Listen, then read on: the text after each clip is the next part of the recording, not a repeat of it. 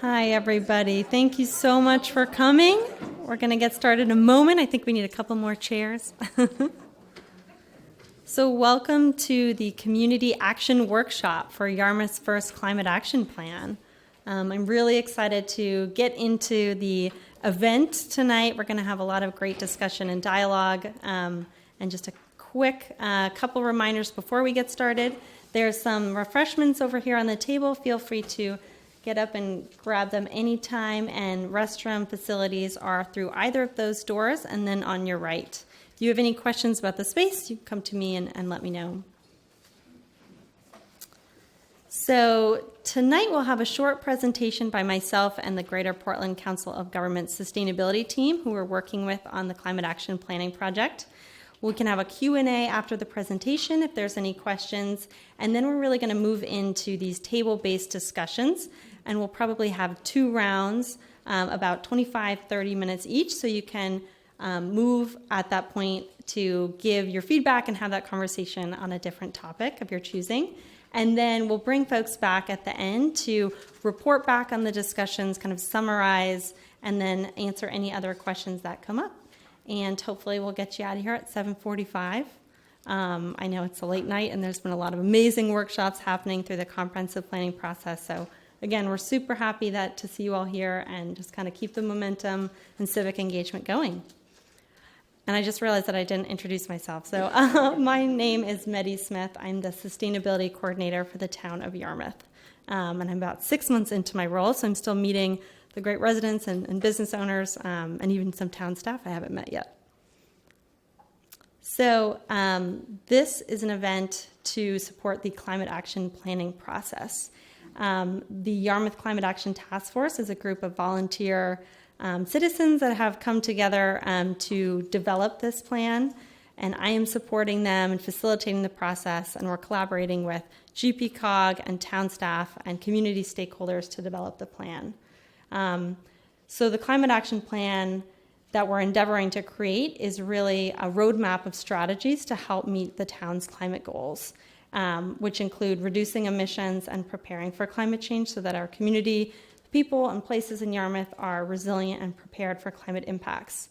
And we see this effort as really supporting community goals and kind of the broad vision of Yarmouth, just to protect economic development and our natural resources, in addition to building a healthier and more sustainable community. So a little bit of background. In 2022, the Town Council adopted and endorsed a climate emergency resolution that recognized the urgency of climate change and the need for the town to address its contribution in the form of greenhouse gas emissions.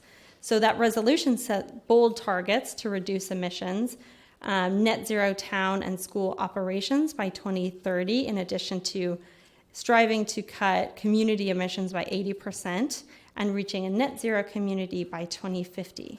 And so these are the foundation of this planning effort, is we're creating a roadmap to see how we can reach those emissions targets. So throughout the process, we've been engaging the community and stakeholders along the way. We had a first workshop in May. We had a survey that went out. We've been doing pop-up engagement. And we had 2 foundational technical processes that served as the foundation of our analysis, which our consultant team will speak to the results of in just a couple minutes. But we're coming into the action development phase, so that's the really exciting kind of content-driven phase that we're in now, and that's why you all are here tonight to help us refine the actions that will be in the actual final plan.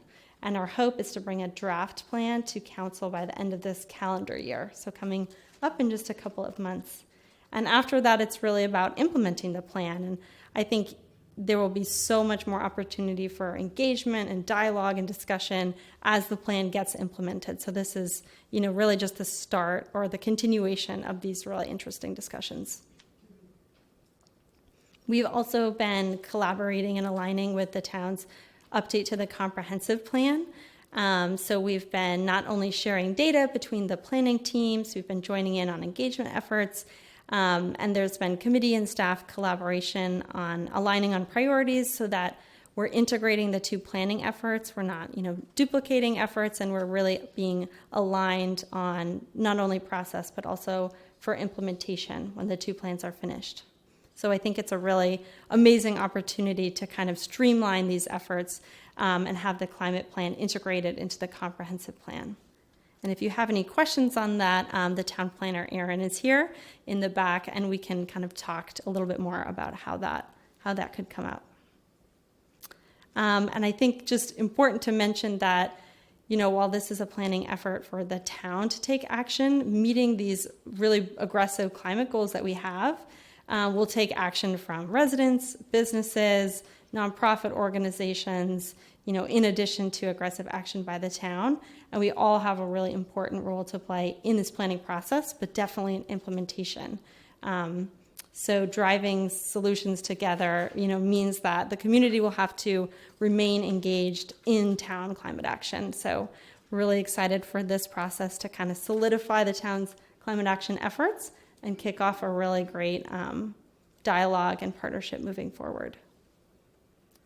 So I will kick it off to Kelly from the Greater Portland Council of Governments to speak a little bit to one of the foundational assessments that we've done for this process, which is the greenhouse gas inventory, among other things.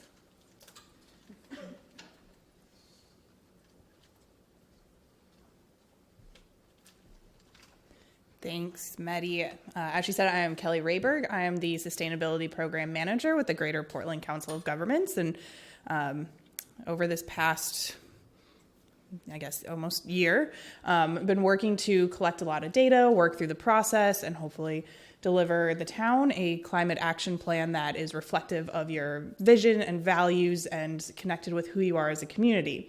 And so to start that, we have done a greenhouse gas inventory.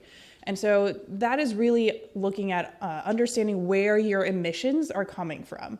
And so we use modeling software, and we've collected data from the municipality, from schools, from the community, using a variety of data sources to understand what are your building emissions, what are your transportation emissions, and what are your waste emissions.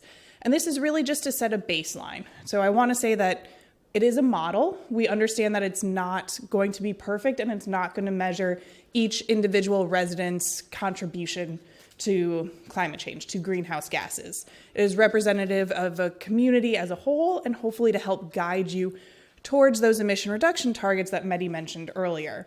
So you can be able to track, are your building emissions going down? Are you switching to more renewable energy sources? Are your transportation emissions decreasing? It's a way to help monitor and track what's going on over town. So, I don't want you to think of it as these are always hard and fast, but it provides guidelines for implementing a lot of these actions that you'll see around the room. So the results of those inventory, surprisingly, actually, Yarmouth, the majority of your emissions come from stationary energy, so buildings, essentially, which is a little different from the state, where the state transportation is the largest emitting sector, where yours would be the buildings. And part of that is due to the large dependence on oil within residential communities, but the largest overall single sector would be passenger vehicles. So overall residential, so homes and businesses, or homes and passenger vehicles, make up about 60% of your overall emissions. And so working to hopefully reduce that on both the residential side and then also the commercial side is what a lot of these actions are targeting. As Mehdi mentioned, the municipal and school operations also have a separate target that they hope to reach by 2030. And so we looked and modeled those emissions separately as well, or I should say we called them out from the community. And overall, municipal and school emissions only account for about 2% of the community-wide emissions. So they don't make up a large portion of your community emissions, but they are important as a first step to reach net zero. And within this sector, the municipal fleet, so all of your public works vehicles, and then the school buildings, specifically their natural gas use, are the biggest emitters. And so working to try and reduce those are going to be our biggest challenge. And then the second baseline report that we did was the vulnerability assessment. So On one hand, climate change, you're looking at how can we actually reduce our emissions to mitigate the effects of climate change, but then also we're already experiencing the impacts of climate change. How can we adapt to that? How can we adapt our infrastructure, our ecosystems, and our people to what we're seeing already and what we might see in the future? And so we look at a range of vulnerabilities to try and build your resilience. That means how can you bounce back if there is a climate event, if there's any sort of disaster? Are you able to respond to these climate events?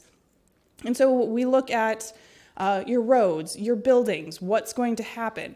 And we're noticing that inland flooding is going to be an issue, and specifically then access to places within your community. So sometimes neighborhoods might get cut off because the road might be flooded during a major flooding event, specifically along the Royal River. I think that's where we're seeing the largest impact within your community. Ooh, sorry. The other thing that we're really seeing are those threats to public health.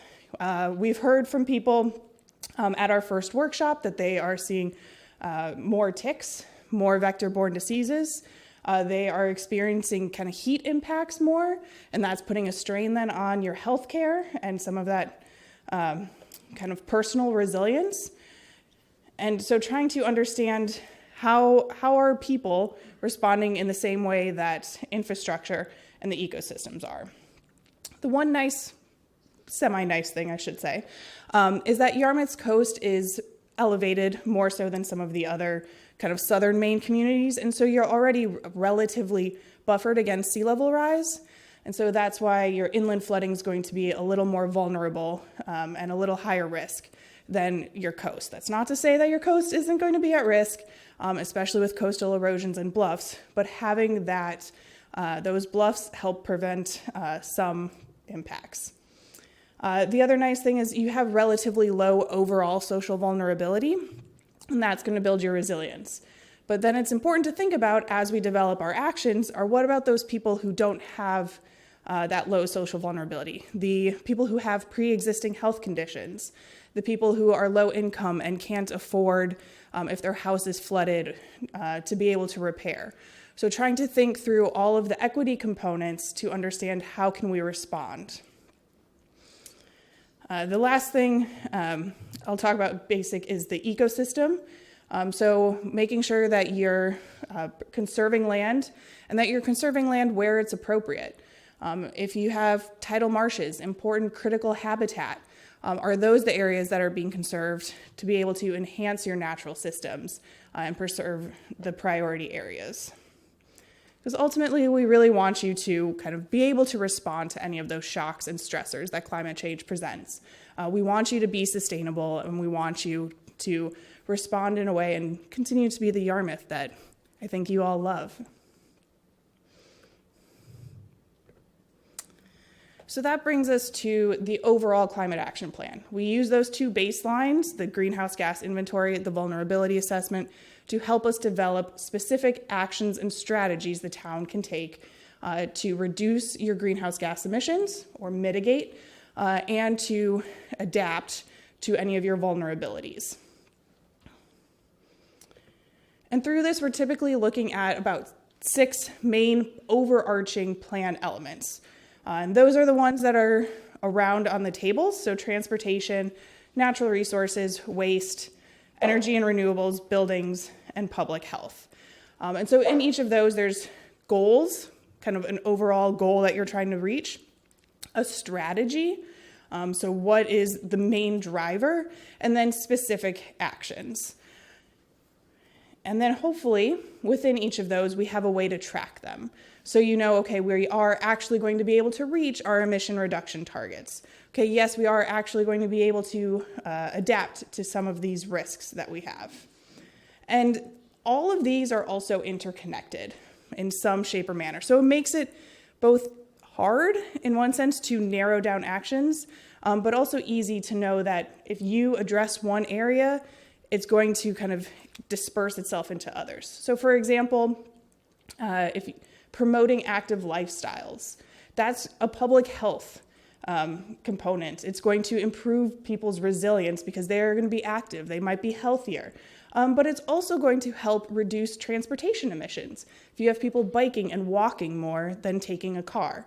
So as I said, they're all interconnected. We think they're all important, and to think about how do each of these connect to another and which ones might be most important.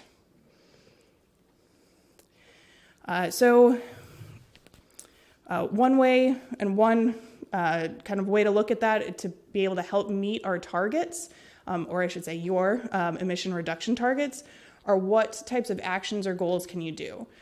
So that means more electric vehicles. Based on modeling that we did, based on the greenhouse gas inventory as to what actions do you have to hit in order to reach your emission reduction targets, we've shown that about 90% of the town's vehicles needs to be electric. That also means that about 10% of trips need to be converted to kind of biking, walking, or non-passenger vehicles, and about 30% by transit. It also requires converting a lot to more renewable energy sources, converting away from the oil, natural gas to electric. So installing heat pumps, both in residential and commercial buildings, not also to mention municipal and school buildings as well. Installing a lot of solar panels. That can be rooftop solar, that can be a solar field, a solar array anywhere. Maybe you have a really big backyard and you want to make it into a solar farm. That's also great. And then in general, one great way to reduce emissions is to just drive less overall, less vehicle miles traveled. So what actions can we take to promote reduced vehicle miles?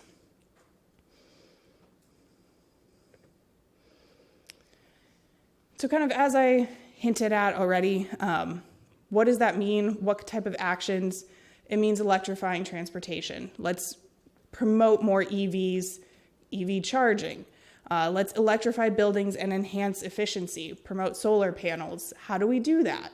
Maximize alternative transit. Is that building more trails or sidewalks? Is that creating incentives? How can we do that? That's what we're really trying to look at and understand from you as to how do you want the town to reach these targets?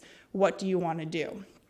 Another big one I briefly touched on was waste. It makes up a small component of your total emissions, but it's still a large factor in terms of kind of sustainability of reducing consumption, reducing overall waste, and then in general, just reduce your overall energy demand.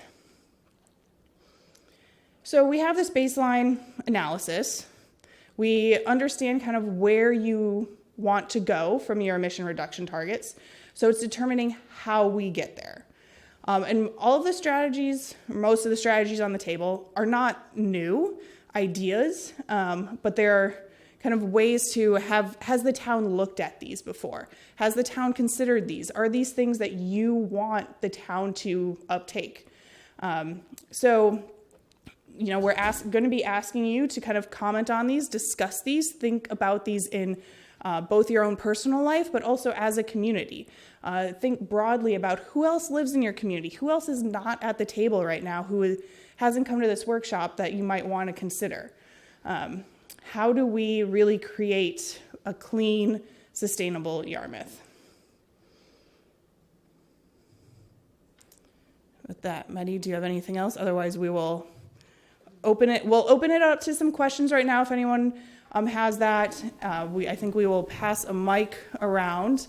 So if anyone has any questions, we'll be happy to answer that right now before we kind of break off into our tables and activities, and we'll walk through your roles and instructions for each of those in just a minute. I think there was one.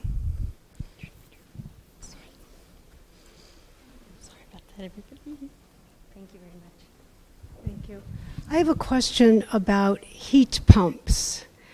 I have one in my condo, and it's not very effective for heating under about 35 degrees, 40. It just doesn't warm the space up. And it doesn't go, the hot air blown in doesn't go around corners. It goes up, heat rises, but it doesn't go down. and it doesn't twist around the corners to other rooms. So I don't disagree with the electric. I'm saying I haven't personally found that to be an effective way to heat. And I don't have a really that big of a condo. So I question that in a cold state, if that's the best way to really effectively heat homes. So it's a great question. Also, if you have, I will say that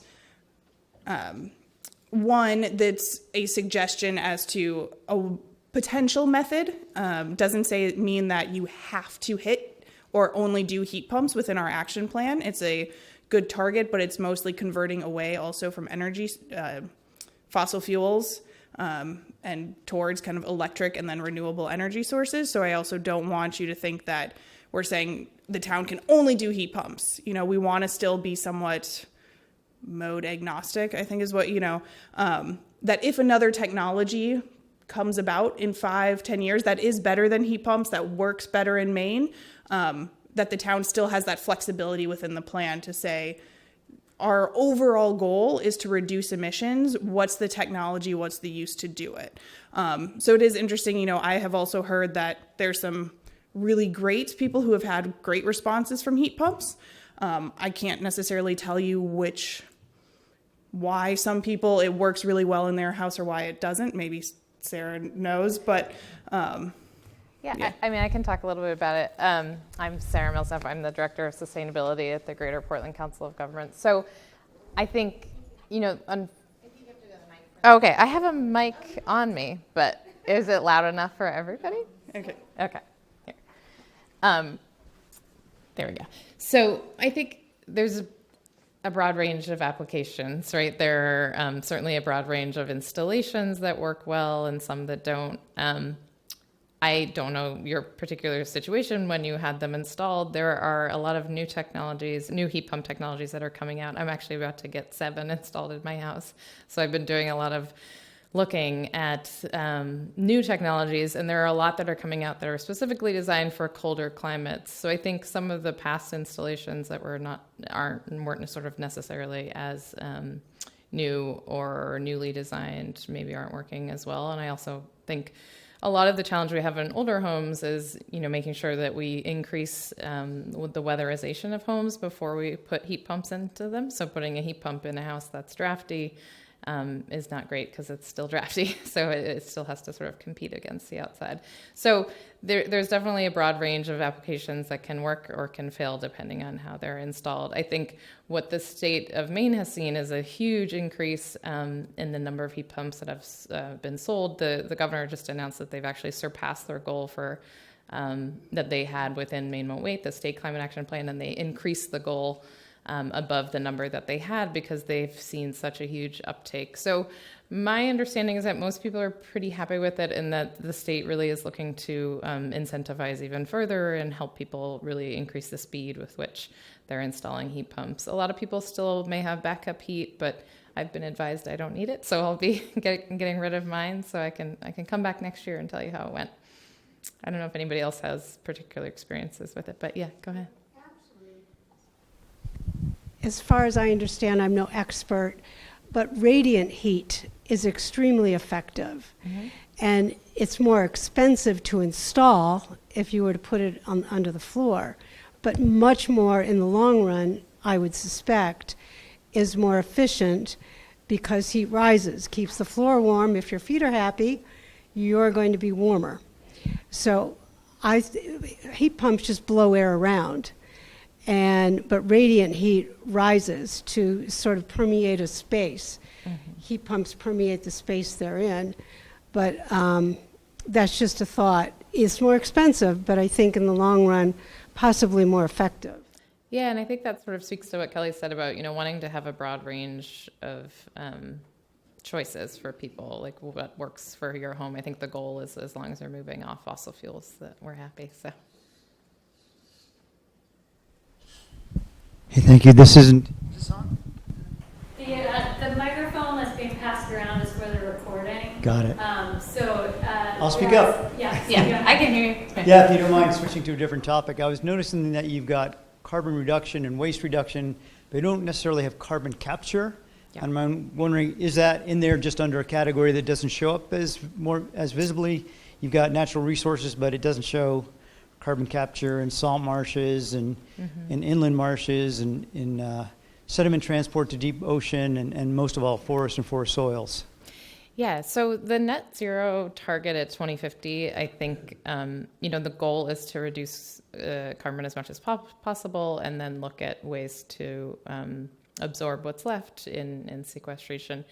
As part of this project, it's not within our scope to quantify the carbon sequestration that you have now from forests and wetlands because it is a fairly technical and challenging thing to do. So it's not within the scope of our work right now. I know there are a couple of communities, actually Cumberland is working on trying to assess how much their forests are sequestering in carbon. So it's certainly something, and it's actually for the first time this year, the last year's state GHG inventory, they started to quantify at a state level the sequestration opportunities. So I think we're moving in that direction, and certainly in an updated climate action plan in the future, you could start to look at that for Yarmouth and the ways in which that will play a role in meeting your target. But it's a very good point, and we could definitely put something in the plan about it. We won't have hard numbers, but I think as a suggestion for a next thing to move towards would be really important. There are nationwide tools that are coarse that could be used as a proxy until you get the fine.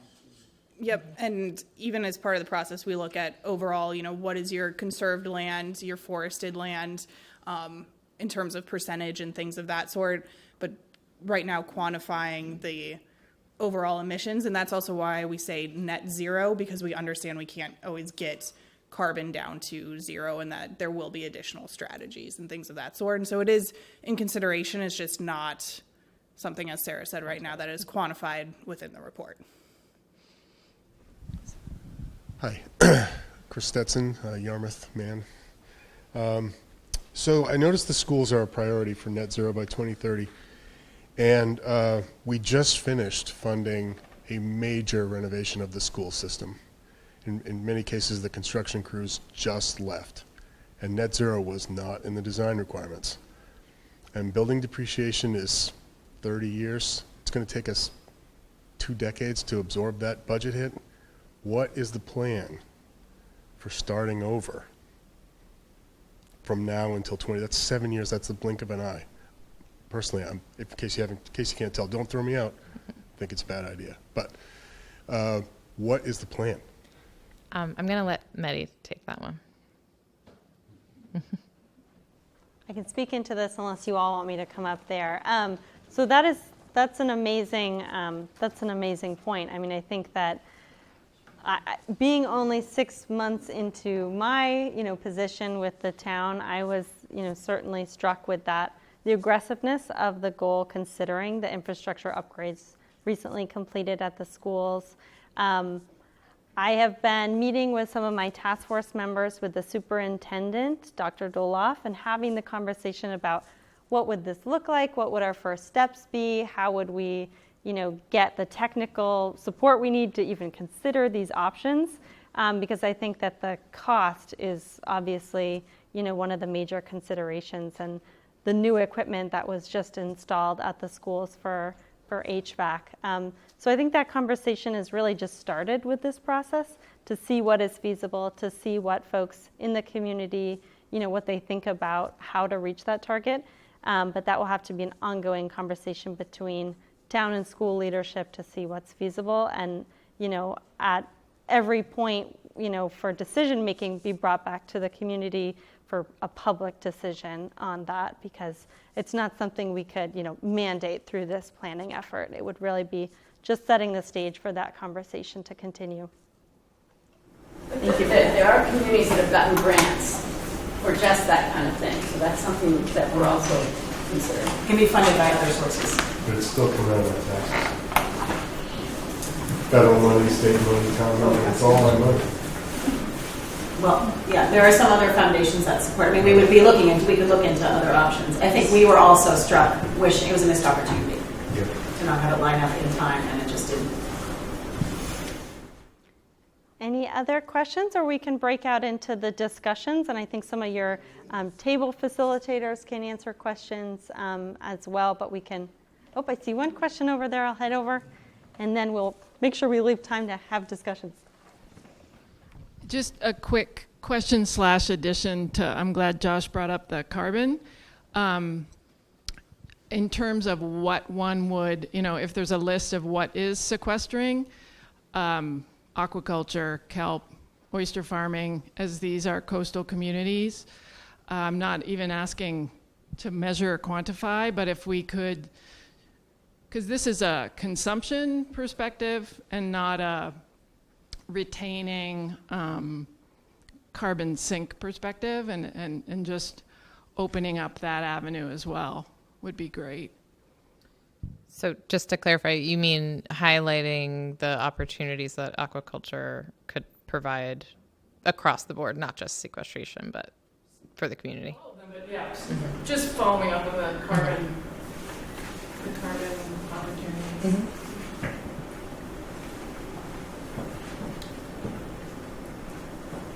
Great. I think we can describe the workshops. You want me to? You want to do it? Yeah. Sorry about that, sir. I made a trap here. Thank you all for those great and really thoughtful questions. I can tell we're going to have really interesting dialogue at each of the tables. So just an overview of the activities we hope to dive into tonight. The first being prioritizing these draft actions presented. So you have 3 green dots, or facilitators will hand out some dots, and 3 yellow or orange dots. So we're hoping to just get an idea of what are the draft actions that you would consider high priority or medium priority, green being high and yellow, orange being medium. If there are other comments you have on prioritization of this draft action list, please feel free to indicate that to the group and write it on a sticky note or directly on the pad of paper. And then throughout, just kind of a discussion on how to refine these draft actions. Are they right for Yarmouth? Where can we be considering equity and different perspectives in making sure they're implemented in a great way? If you have other ideas for actions, like just kind of an open discussion on this topic. And I'll make a halfway point announcement so that folks can get up and move to another table if they like. And with that, I will release you to your table groups. Thank you so much.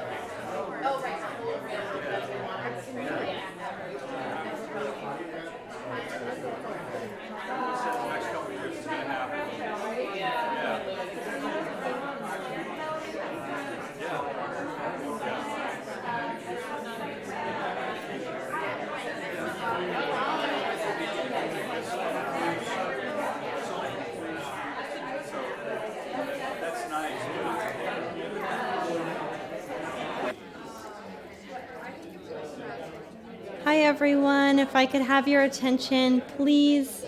We'd love to do a report out just very briefly before we let you all go tonight. Could my table facilitators please come up to the podium to share just a couple of words about what your table discussed? That would be great. Okay, Anna, we can talk about public health first. So just to summarize what we had some really amazing discussions at each of our tables, just to make sure we're kind of closing the loop and summarizing, and then we'll get you all out of here for the rest of your night. Yeah, so at the public health table, public health is a pretty dynamic thing underneath this plan. That is both community resilience, that is emergency management, that is adaptation.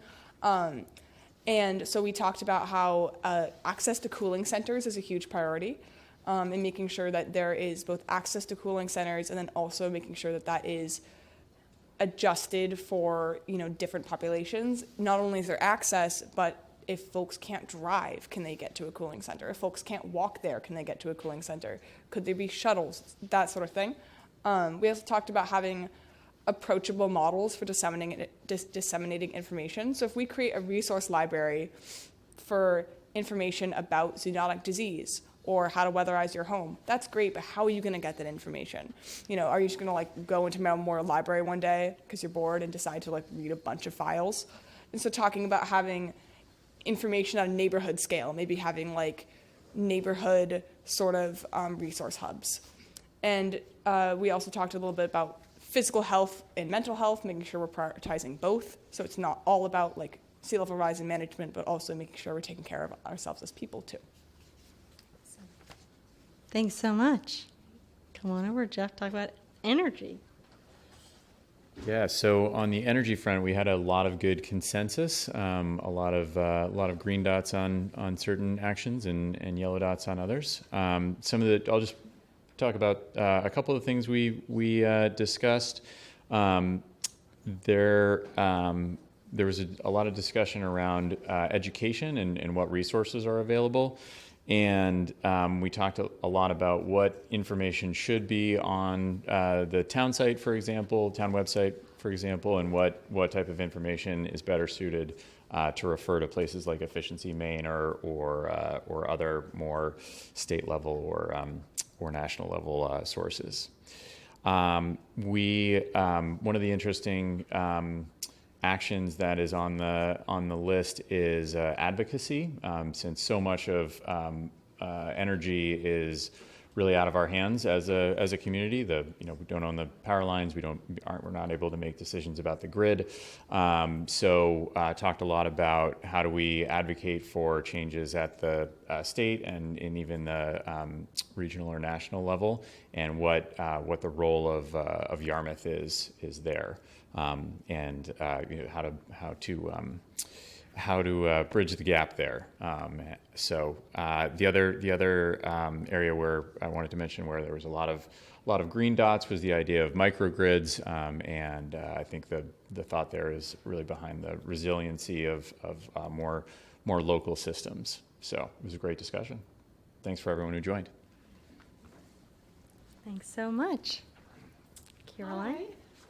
We had a really active group, and I'm so grateful for everybody's input. I can see it. No. There was a lot of support for reestablishing the Conservation Commission in town and putting the Parks and Lands and Tree Committee under that Conservation Commission and providing a staff person to implement the open space plan that was passed in 2019 and has so many good recommendations in it, including a terrific map of priority open space areas that was done over a long period of time with a lot of analysis of all the important conservation values in town and what's most important, what are the most important areas to protect in the future. As a part of that, there was a suggestion that we hire a consultant to quantify the current carbon sequestration and future potential benchmarks, because forest land sequesters a lot of carbon, and so do eelgrass beds. And sort of knowing where our important carbon areas are, that will help us know how much additional carbon we can sequester by protecting more open space, and will help us make good decisions. The second thing is that we're recommending that by 2030 we protect an additional between 400 and 500 acres of additional open space. And those are actually, the priority areas on these maps are about 420 or 450 acres, depending on how you count grids. So that's very consistent with the open space plan. And as a part of that, there was quite a bit of support for reestablishing the Land Acquisition Reserve Fund in town, and funding that, or finding ways through a land bond or even through private donations to have more money available for open space conservation. And then, I'm going on to page 2 here. The other area that there was there was a lot of under protecting wetlands and coastal habitats, there was a lot of support for restoring the Royal River to a free running river by removal of both the Bridge Street and East Elm Street dams. That was definitely a priority in people's minds. And also increasing all shoreline zone tree and shrub cover. You know, we really need the soil to be stabilized along our rivers and our coastal areas, especially when we're facing increased flooding and climate impacts. Another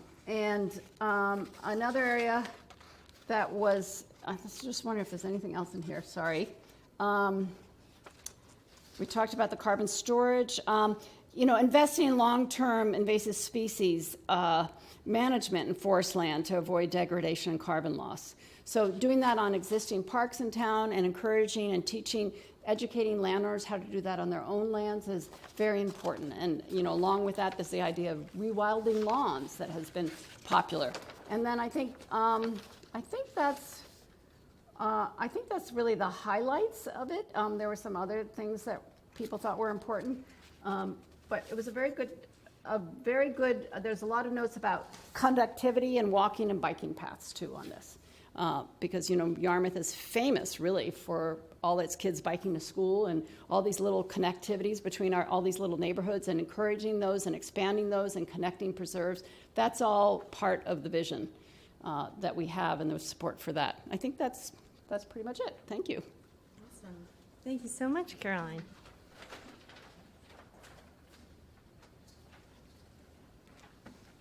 All right, so this is for the buildings group. Thanks to everybody who contributed to that. We had a wide-ranging conversation that started, had a lot of support for energy efficiency measures and energy management, so making sure that the buildings in town are efficient so that they're comfortable to live in and so that we're not wasting energy. Linked to that also energy security and questions, I think, maybe for the energy group around what happens if the grid isn't secure and we're electrifying. So some good cautions there to make sure we can provide the energy security needed for homeowners and residents and businesses around town. There was a lot of comments related to resources for homeowners. So when it comes to buildings, a lot of people don't know what to do. What's the best technology? How do I insulate my house? What contractors out there can help me make my home more efficient or transition to renewable energy? So there was an important push for the town to provide resources and support for homeowners and businesses in town. There was also a lot of support for the mixed-use development, so denser developments, mixed residential and commercial, that allows buildings to be closer together and to house more people and have greater efficiency through that. Good energy around planning and zoning methods, some suggestions around TIF districts and what we can do in terms of requirements for TIF districts that line up with the climate goals, such as for renewable energy and other issues. And a lot of energy around new construction and stretch codes for buildings, making it easy for builders and homeowners to meet those codes, and really maximizing the requirements on efficiency for new construction in town. So thanks everyone who contributed.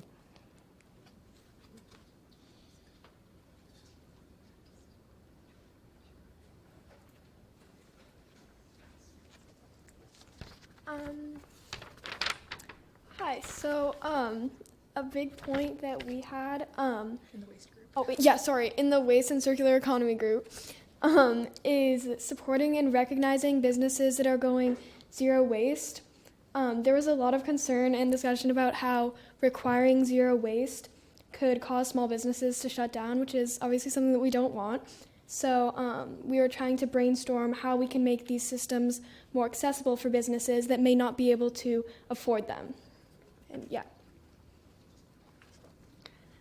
We also talked about how we can sort of make our economy more circular through having databases and resources available to people through like resource sharing libraries, so where you can find like community like lawnmowers and supplies and other resources that can be shared throughout the community or repurposed. And there was a lot of questions around like, where does our waste go when we throw something away? Obviously, it doesn't just disappear. So a lot of like more investigation into where does our waste actually go? Where does our industrial and food compost go? What happens to that? How can we have access and get the benefits of like the compost? And helping businesses, supporting them instead of alienating them was another really big talking point. So, yeah.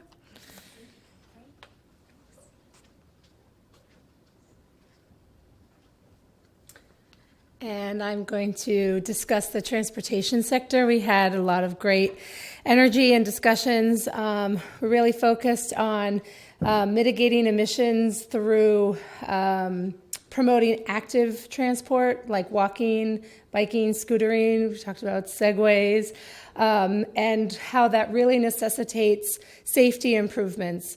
Specifically increasing the amount of sidewalks in town, especially in the outer parts of town where there currently are no sidewalks, and trails as well, and some discussions about potential rail trail in town and increasing connections outside of our roadways. We also talked about how to incentivize the use of our transit. Yarmouth is served by Metro Breeze, which is great and comfortable. I think there's a lot of consensus about how wonderful it is and how we wish there was more service, more frequent trips, and maybe better connections, both on the Yarmouth side and in the downtown Portland side as well. And then we also talked about the electric shift and finding ways to support the shift to electric vehicles. There were some really great ideas that were raised, like an electric car share. Some of us were familiar with the Zip car model. Also having an electric car show, maybe at Clamfest. And then finally, the importance of adapting to climate change by protecting our vulnerable transportation infrastructure, particularly culverts and causeways. And also discussion about sort of the first mile, last mile needs around town, and facilitating access to the nodes of transport. So like possibly having a town shuttle or other means of transportation through the town to serve the more maybe hard to reach areas that for whom residents may not be able to walk or bike to transit connections. I think I'll leave it there. Great, thank you so much. I really just want to thank my task force members for stepping up and facilitating and putting so much time into this process and these workshops. So thank you all so much. And it's clear that there was really energetic and creative and thoughtful discussions at each table. So I want to thank all of you for taking the time out of your Tuesday evening to join us here. The next steps in our process are really digesting this information. There'll also be opportunities online for more folks to give feedback and share thoughts on the priority of these draft actions. And our task force will continue refining actions over the next couple of months, where we'll bring it to town staff for additional kind of layer of refinement and comments and workshopping before bringing it to the town council.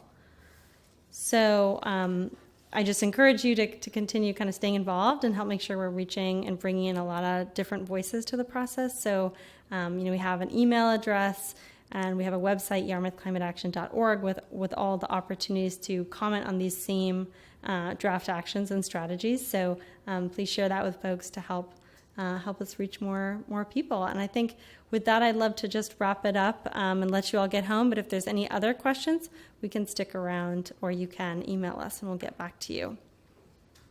But thank you all so much for coming, and I really appreciate you being here.